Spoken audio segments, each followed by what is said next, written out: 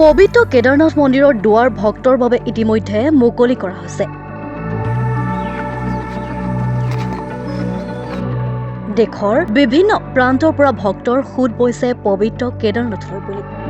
শিৱসাগৰৰ ঐতিহাসিক শিৱদৌল প্ৰাংগণৰ পৰাও তিনি যুৱকে যাত্ৰা আৰম্ভ কৰিছে কেদাৰনাথ অভিমুখে। শিৱসাগৰৰ হাঁহচৰাৰ ভাৰ্গৱ গগৈ, লখিমপুৰৰ বচাগাঁৱৰ কুসুম্বৰ দাস আৰু ডিব্ৰুগড়ৰ পৰা মহিন পাহাৰীয়া নামৰ এই তিনি যুৱকে আজি পুৱা ৰাওনা হৈছে পবিত্ৰ কেদাৰনাথ ধাম অভিমুখে।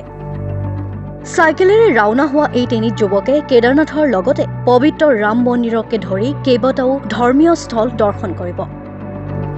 এই যাত্ৰাকালত এখন নিচামুক্ত অসমৰ বাৰ্তাও ৰাজ্যলৈ দি যাব বুলি মত প্ৰকাশ কৰিলে যুৱক কেইজনে। প্ৰায় 1.5 মাহজোৰা এই যাত্ৰা সুকলমে সম্পূৰ্ণ কৰিবৰ বাবে সকলো ৰাইজৰ আশীৰ্বাদ বিচাৰিছে কেদাৰনাথ অভিমুখী যুৱক কেইজনে। নমস্কাৰ, মই কুসুম্বৰ আৰু যিহেতুকে আমি সুদূৰ কেদাৰনাথ অভিমুখে যাত্ৰা কৰি আছোঁ, যিহেতুকে আমাৰ প্ৰায় 7,500 আৰু 7,000 কিলোমিটাৰ ভিতৰত আমি অহা যোৱা কৰিম। যিহেতুকে আমাৰ পৰিকল্পনা বুলি এইটোৱে ক'বলৈ বিচাৰোঁ যে আমাক নিচামুক্ত অসম লাগে আৰু যিহেতুকে আমি নিচামুক্ত অসম কৰিব বিচাৰোঁ। আজিকালি যিহেতুকে বহুতো ল'ৰা ছোৱালী নিচাৰ কবলত পৰি বহুতো ধ্বংস হৈছে, সেইকাৰণে এটাই বিচাৰোঁ যে অসমখন নিচামুক্ত হ'ব লাগে। আৰু আমাৰ উদ্দেশ্য এটাই আছে, আমি 3জন বন্ধু মিলি আমি সমন্বয়ে এক যাত্ৰা কৰিব বিচাৰিছোঁ সুদূৰ কেদাৰনাথলৈকে। আৰু এই যাত্ৰাত বহুতো আমি ঘাট প্ৰতিঘাতৰ সন্মুখীন হ'ব পাৰোঁ, সেইকাৰণে সকলোৱে আমাক ছাপোৰ্ট কৰিব বুলি আশা ৰাখিলোঁ। আৰু সকলোবোৰ ব্লগ আমি আমাৰ নিজৰ ইনষ্টাগ্ৰাম মিনি ব্লগ হিচাপে আপলোড কৰিম, সকলোৱে চাব বুলি আশা ৰাখিছোঁ। আমি এতিয়া অসম পাৰ কৰিম, যিহেতুকে শ্ৰীৰামপুৰ গেট পাৰ হৈ যাম, যিহেতুকে অসম পাৰ হৈ আমি UK উত্তৰাখণ্ড যামগৈ। আৰু আমি ৰাস্তাত যিহেতুকে ৰাম মন্দিৰ দৰ্শন কৰিম আৰু ৰাম মন্দিৰ আৰু লগতে কেদাৰনাথত লগতে থকা 4খন ধাম আমি কমপ্লিট কৰিম বুলি আশা ৰাখিছোঁ।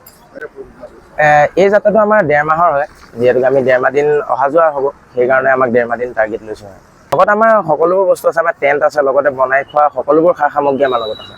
অসমবাসীৰ পৰা এটাই বিচাৰিছোঁ যে অসমৰ পৰা আমি সুদূৰ কেদাৰনাথলৈকে ইমান দূৰ এটা যাত্ৰা কৰিছোঁ, সকলোৱে আমাক ছাপোৰ্ট কৰিব বুলি আশা কৰিছোঁ।